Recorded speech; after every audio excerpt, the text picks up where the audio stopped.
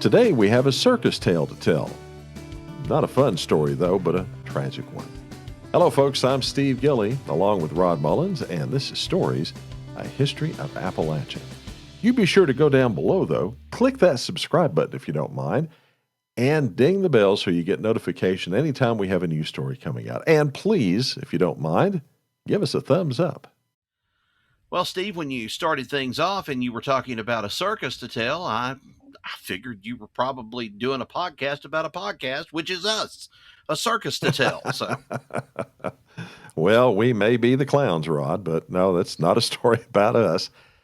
Well, the story that we're going to tell today is about two Franklin County, Virginia brothers who were kidnapped and made a part of sideshow history. It's the story of George and Willie Muse, also known as Eko and Iko, the ambassadors from Mars.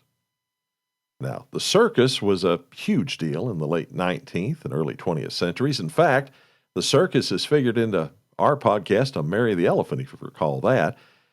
Circuses and sideshows were a prominent part of entertainment throughout Appalachia prior to the introduction of commercial radio.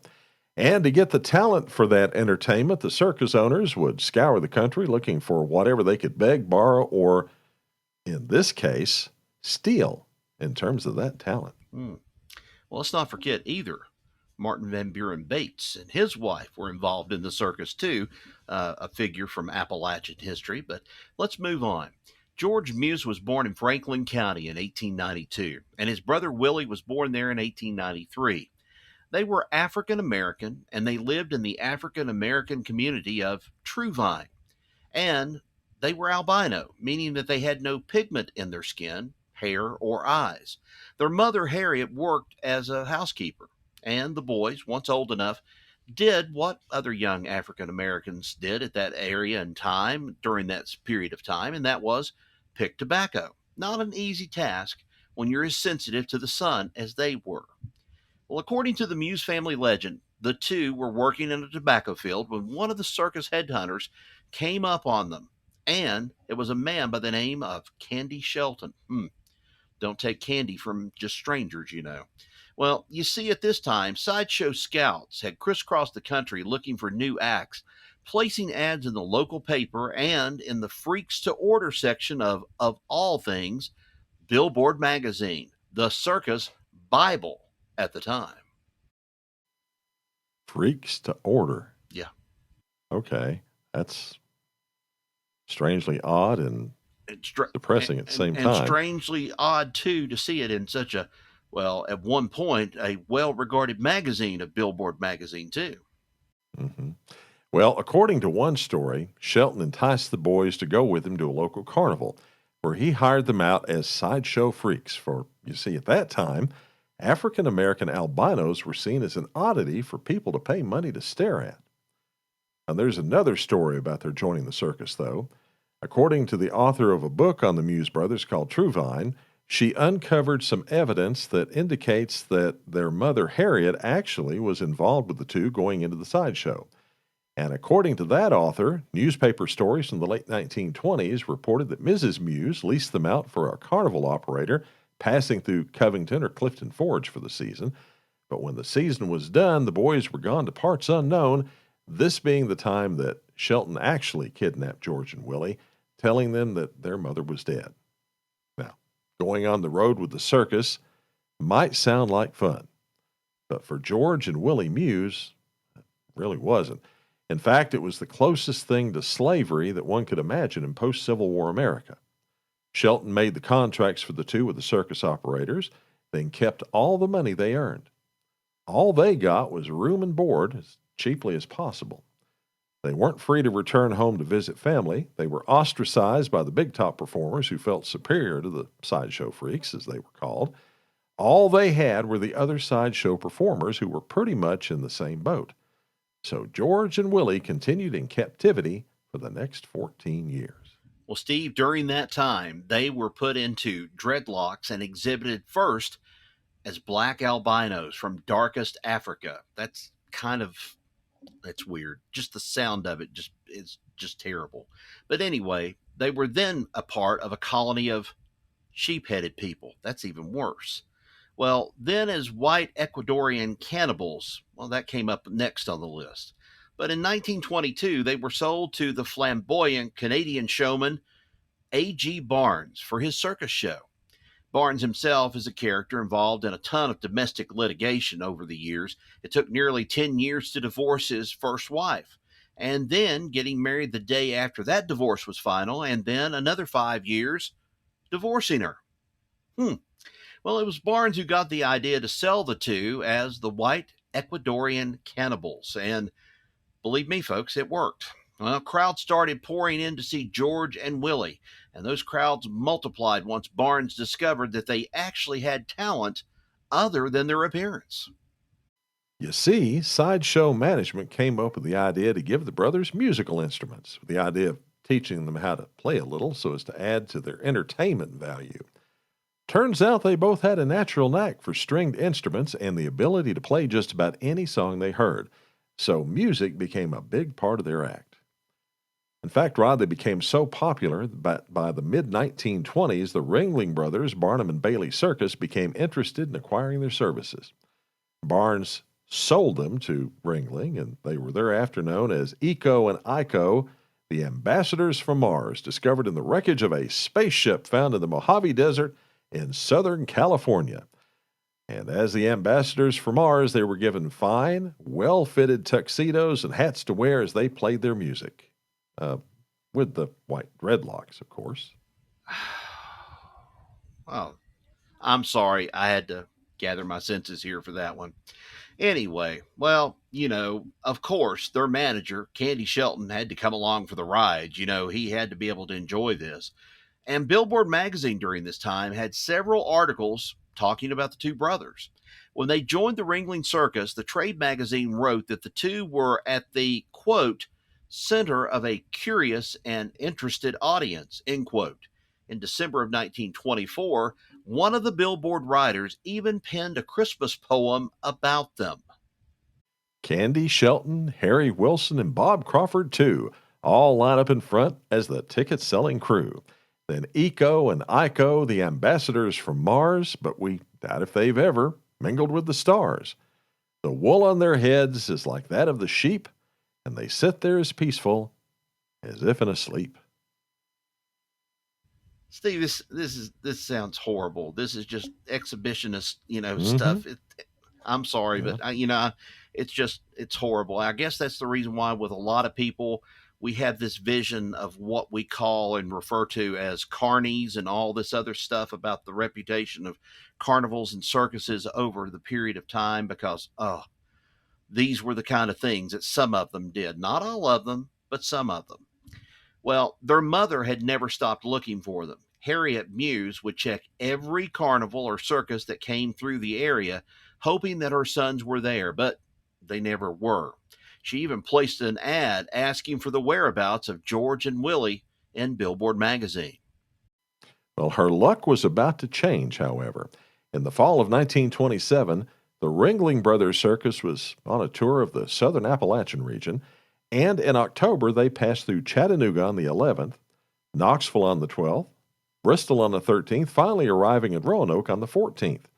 And according to her, after a voice in a dream told her to, quote, go to the circus, end quote, Harriet Muse decided to make the trip to the Roanoke Fairgrounds to see if her sons were there. She made her way to the sideshow, finding a place right up as close to the performers as possible, in the front row, so that she could easily be seen, and waited for the show to start. The brothers, as Eko and Iko, came out and started their music performance, playing It's a Long Way to Tipperary. As they played, George happened to look into the crowd and spotted his mother. He elbowed Willie, saying, There's our mother, our dear old mother. She's not dead. Well, Harriet rushed to her sons, and they rushed to her. She intended to take them out of there and back home to their loving family, but the circus would have none of that. The management called the Roanoke police to come stop Mrs. Muse from taking what they felt was their rightful property, and Harriet Muse would have none of that. The police told the circus that the brothers were free to go wherever they wanted to. She then scooped up her sons and left, taking them home with her. Now, this is all the more amazing because at this time, Roanoke was a hotbed of Klan activity, and the police chief was himself a Klansman. Nonetheless, they allowed her, at least temporarily, to take George and Willie with her, a brave woman indeed.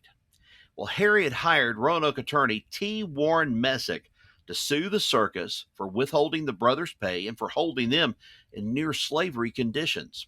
In February of 1928, Messick managed to negotiate a settlement with Ringling Brothers for the back pay, along with future earnings, so the two rejoined the circus in about 1928, along with their younger brother Tom, who was hired as a roustabout. Now, the settlement money, though, it went to Harriet and their stepfather, Cabell Muse.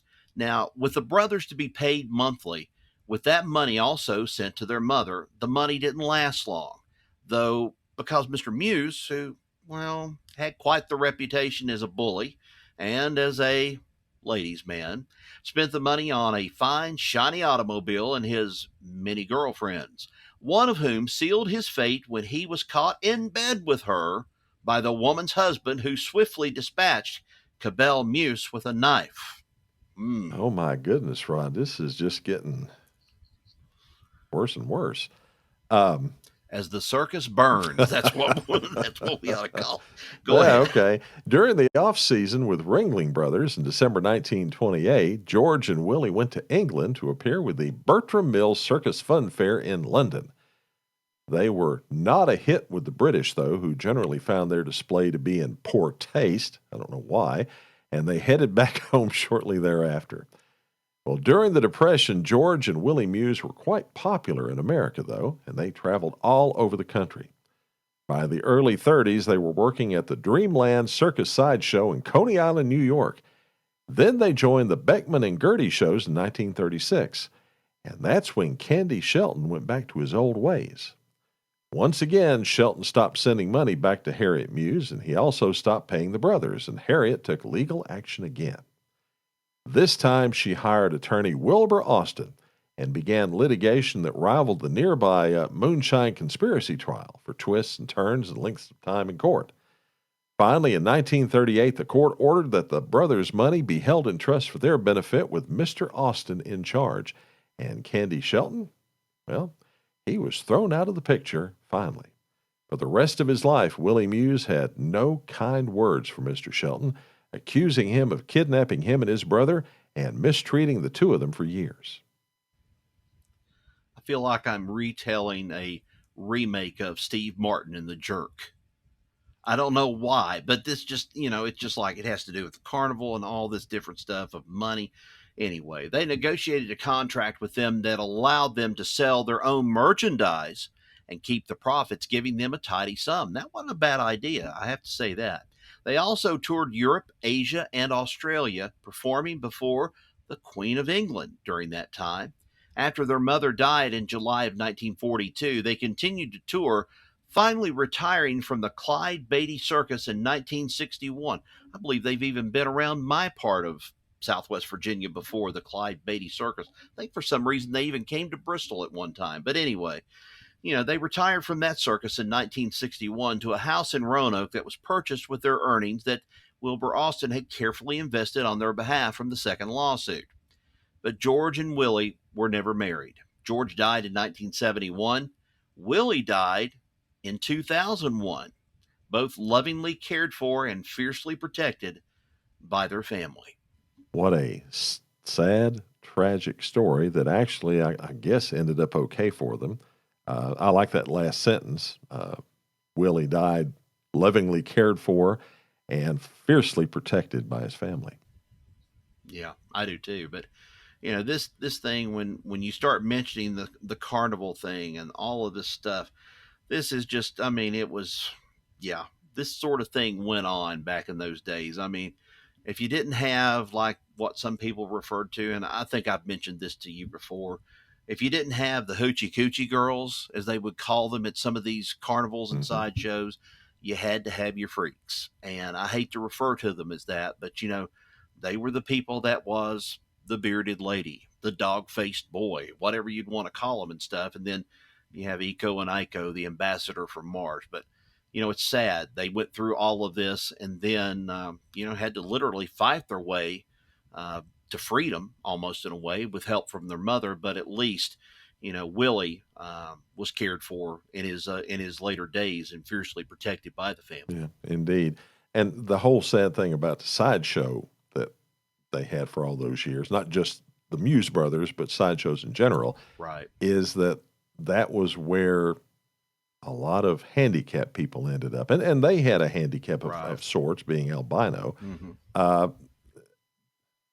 I think I've read somewhere that was about the only place in the 19th century that handicapped folks could hope to make a living in order to make a decent life, but they had to demean themselves so badly doing that. Thankfully, they don't have anything like freak shows and sideshow things in the circus at this point in time.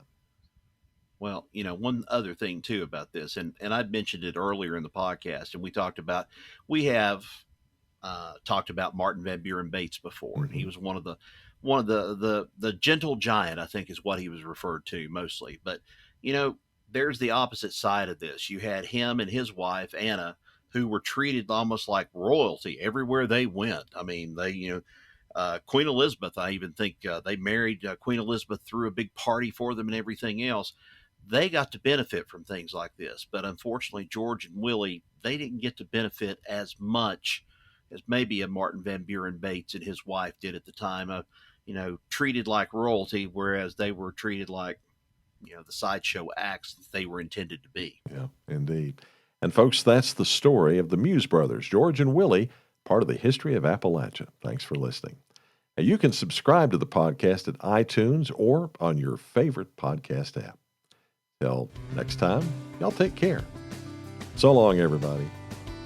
So long.